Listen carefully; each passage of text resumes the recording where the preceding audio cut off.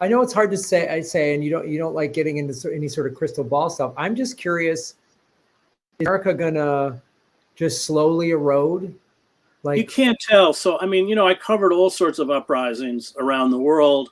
I covered both of the two Palestinian uprisings or intifadas in the occupied territories. I covered the revolutions in East Germany, Czechoslovakia, Romania. I covered the street demonstrations that brought down Slobodan Milošević. The only thing you know as a reporter is that the tinder is there. You never know what ignites it. And you're always surprised at how long people can endure the unendurable. But something very banal triggers it. I mean, in the case of the first intifada, it was a bunch of day workers in a bus who got hit by an Israeli vehicle and killed. And then people said enough. In the case of the Arab Spring in Tunisia, it was that fruit vendor who lit himself on fire. So you never know what it is. You know it's there, but you don't know when. Lenin actually talked about this famous speech Lenin gave to a bunch of Bolsheviks in a room in Switzerland, who said, those of us, he was probably about 50 something, my age, will never live to see the revolution. Well, 6 weeks later, he's in St. Petersburg building the revolution. Even he didn't know. And I saw that. Even the purported leaders don't know. Nobody knows. So what's going to happen? I mean, I think the problem is we don't have an organized and militant left, which I come out of and support. And therefore, that is usually a bulwark, as it was in the 1930s. And remember, we had strong proto-fascist movements in the United States. Major industrialists, Henry Ford and others, they loved Mussolini. Mussolini was on the cover of Forbes magazine and lauded because, of course, he broke all the unions. They tried to recruit the Marine Corps General Smedley Butler to carry out a coup. So that fascist strain has always been there. But we had very powerful, strong unions, the UAW, the Wobblies, the old CIO. They carried out massive strikes. And there's a letter, which I've read, between Roosevelt and his brother, where Roosevelt, in a private correspondence published after Roosevelt's death, where he said, we have to give concessions. We have to, because if we don't, we will end up with revolution. And Roosevelt said that his greatest achievement was that he saved capitalism. So we don't have leaders like Roosevelt who I think understand the zeitgeist. Number one, and number two, we don't have powerful popular forces that are able to push back, which was true, ended up being true in countries, especially like Italy. And then the Communist Party was very strong in Weimar, but that was decimated and destroyed physically by the Nazis. But without that counterweight, then, we're not immune from that famous book by Sinclair Lewis, It Can't Happen Here. We're not immune from that. And we have the ideology, which is a kind of Christianized fascism. I speak, by the way, as a seminary graduate. I come out of the church. These people are Christian heretics. Jesus, just to start with, Jesus didn't come to make us rich. I mean, this is just an anathema to everything in the gospel. You don't have to spend 3 years at Harvard Divinity School, as I did, to figure that one out. So, but we have that, and they have their parallel structures and their information centers and their universities, like Liberty University and Patrick Henry and law school and all that kind of stuff. They're ready. And DeSantis, of course, is a charter member of this group. So this is the one little caveat I want to put in there, because you bring up great points. And like, even if you look at the Yellow Vest movement that started in 2019 in Paris, it was very innocuous. It was just some sort of toll tax for cab drivers. And then they went, no, we're done. And then every weekend they got that concession. They kept protesting. There's currently 1 million people in the streets in France right now who don't want any more involvement with NATO and Ukraine and all that. Well, they also raised the retirement age. So, I mean, that's the French. I mean, we should emulate the French. I've lived in Paris, and I mean, my son went to college, all these exorbitant college fees. I said, you tried to do that in France, all the students would shut the country down. I mean, what are you doing? You guys are just being fleeced right and left. So, but that's an aside. But you're right. I mean, that is how it works. That is how. That's the only mechanism we have to put pressure on power. Yes. You bring up an interesting point. Americans, like you say, if they did this in France, people go nuts. We just keep taking it and keep taking it. Plus, the one caveat here, and I'm just playing devil's advocate, is we spend so much money on private intelligence, and the goal of private intelligence is to infiltrate every organization. We've seen it. They've infiltrated the right, the left, the Proud Boys, and get everybody fighting with each other, which, as you say, we have no real left anymore, especially COVID. You know, everybody started fighting about vaccines and mandates. There's no left about anything. Everyone started fighting when Bernie dropped out and said, Joe Biden's my good friend. So the left is kind of gone. How do we, it will take a Tinder. And I'm just curious, how do we, because they just, I mean, literally, they were just doing facial recognition, I believe, at a Drake concert. Ron Placone just sent me some articles, like somebody got arrested recently at Madison Square Garden. Like this just happened 2 nights ago or something. So our intelligence, we spend so much money on not just the CIA and NSA, but private intelligence, which is outsourced. And most of those budgets, to my knowledge, are like off the books. They're not even on any sort of. Yeah, they are. The intelligence budgets are black budgets. We have to guess as to what they are. So how does that, because I believe it can happen. And I believe the Tinder is there, as you say, and it, who knows what it's going to be. And like you said, Lenin's like, oh, we won't see this in our lifetime. My father was a scholar and his PhD in German theater history. And in the 80s, he's like, the Berlin Wall's never coming down. We lived there as a kid. It's never coming down. Like, so, right. And he was a very well-read man. So I'm totally down with it. I mean, history just proves the never say never thing. But how do we overcome that? Because all these other countries don't spend this, just like you say, blank check number on intelligence to monitor and distract its populace the way this country does. That is, us and China. And there's nothing we don't have. I mean, I teach in a prison, so everybody's excited they don't have to check the box anymore. Well, they don't have to check the box because there's a whole, it's called a black box industry, where they have everything on us, our medical records, every traffic violation you ever made.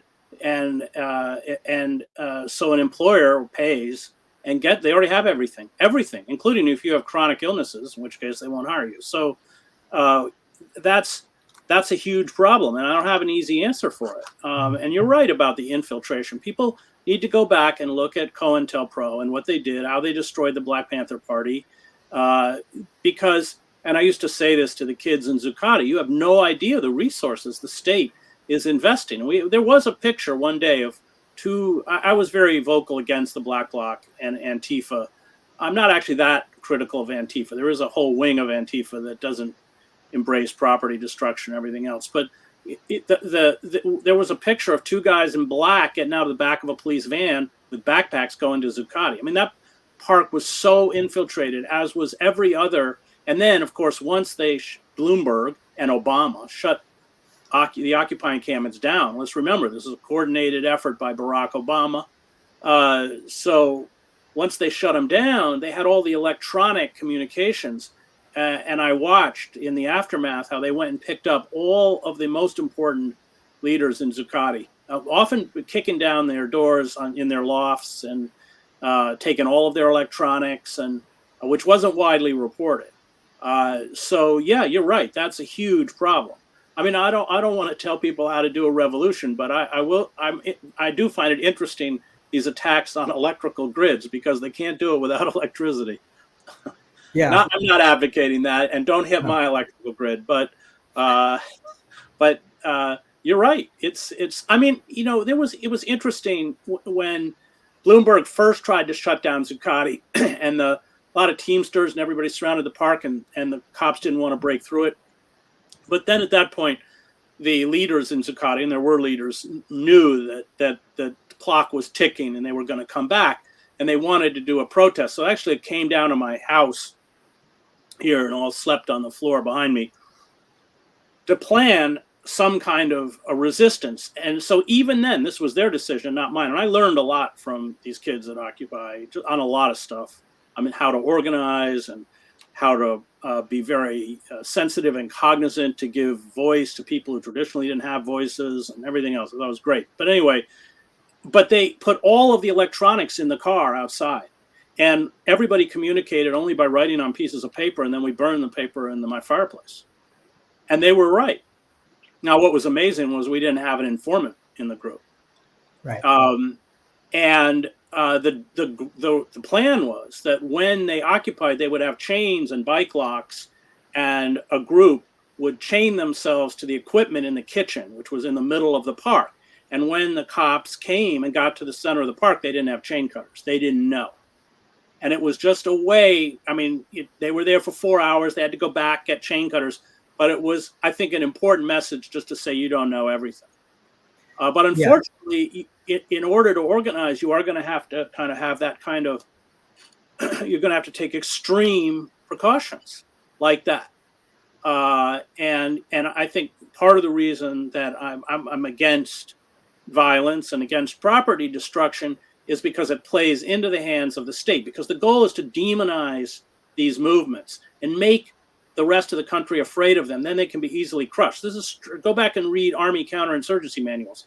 I mean, it's like, chapter 3 or something.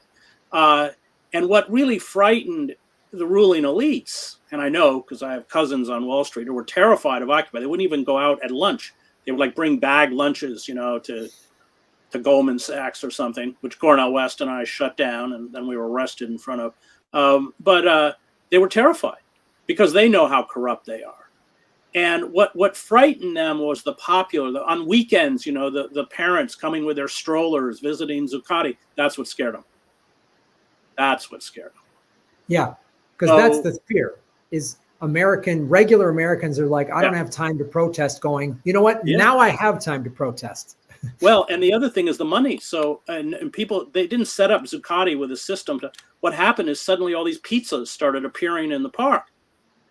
And all sorts of Americans who couldn't get away from their job or whatever little money they had, they sent to sustain that encampment.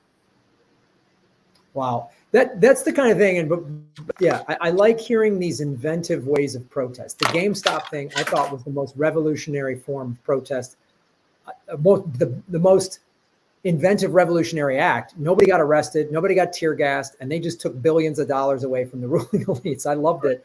And I also have a lot of faith, as you talk about, you learned a lot from listening to the Occupy movement, and they were largely young people. I have a lot of faith in the young people because I have 6 nieces and nephews that are all Gen Z, and they're the age group that's last month was 271 Starbucks have been unionized. It's probably over 300. No, that's where the hope is. You're right. It is Amazon, Starbucks, fast food workers. That's where the hope is. The problem is that they've got to act very fast. Because let's say DeSantis comes in, or Trump, or whoever, because if Trump comes back this time around, he's going to come with vengeance. Mm-hmm. It'll be a different Trump administration. And in fact, many of the things they've done to Trump are unfair. I opposed taking him off social media. And it went on. Amy Goodman, Democracy Now! Was debating this. And I said, look, you're allowing these large corporations, they know everything about us, we know nothing about them, to impose censorship, and they'll always go for the outliers, Alex Jones, but then of course, 6 weeks later, my entire archive of 6 years of shows is erased from Facebook. I had no idea I was on, that high up on the list. So yeah, they'll always go for and then they use it as a precedent. But yeah, I have a lot of faith in these kids, and just their creativity kind of amazed me. And I'm not an organizer, so that, there was a lot for me to learn. But yeah, I do. I think that's where the hope comes from. But I do think, as I had often said to the people in Zuccotti, they are not always cognizant of the resources available to the state to break them. I think there was a kind of, they didn't quite realize how extensive the internal campaign was to destroy them. Yeah. Yeah. And I think part of it is one of the reasons the Starbucks thing is successful is it's decentralized. There's not some headquarters of 10,000 Starbucks employees. It's like 15 employees at one location go, hey man, let's get this done, and it happens. And there's no organizer meeting that they can infiltrate with guys coming with So we're in an interesting time. we're in an interesting time, and it'll be curious to see what happens if it slowly crumbles or we're 6 weeks away, like Lenin said. Well, we got to fight back. I mean, there's no hope if there's no resistance. You can't use the word hope if you don't resist. We don't know where it's going. No. And, I've been to lots of protests and there aren't very many people. And I said, just relax. We're where we should be. We're keeping that narrative alive. We've done our job. But you're right. I mean, look, I covered the revolution in East Germany. It was originally weekly candlelit protests by a bunch of Lutherans walking around Leipzig. And then it exploded. They didn't have any. And as their initial demand was only that the East German Stasi state recognize their legal right to have, that's all it was, only demand. And next thing you know, the whole government topples. They didn't know. Hey, everybody, thanks for watching. We are still in our 9th month of demonetization from YouTube. So support what we're doing at patreon.com/Graham Elwood or rockfin.com/Graham Elwood, which is a blockchain cryptocurrency platform. It's free to sign up, and there's a premium level at $10 a month. And for that, you get everybody on the platform's premium content. Myself, Lee Camp, Ron Placone, Jimmy Dore, Whitney Webb, Kim Iverson, Abby Martin, and many, many others. You can also support what we're doing at Venmo at Graham-Elwood and go to grahamelwood.com. We have a PayPal button and a PO box. I also have crypto wallets, which are all in the show notes. Thanks for supporting what we do.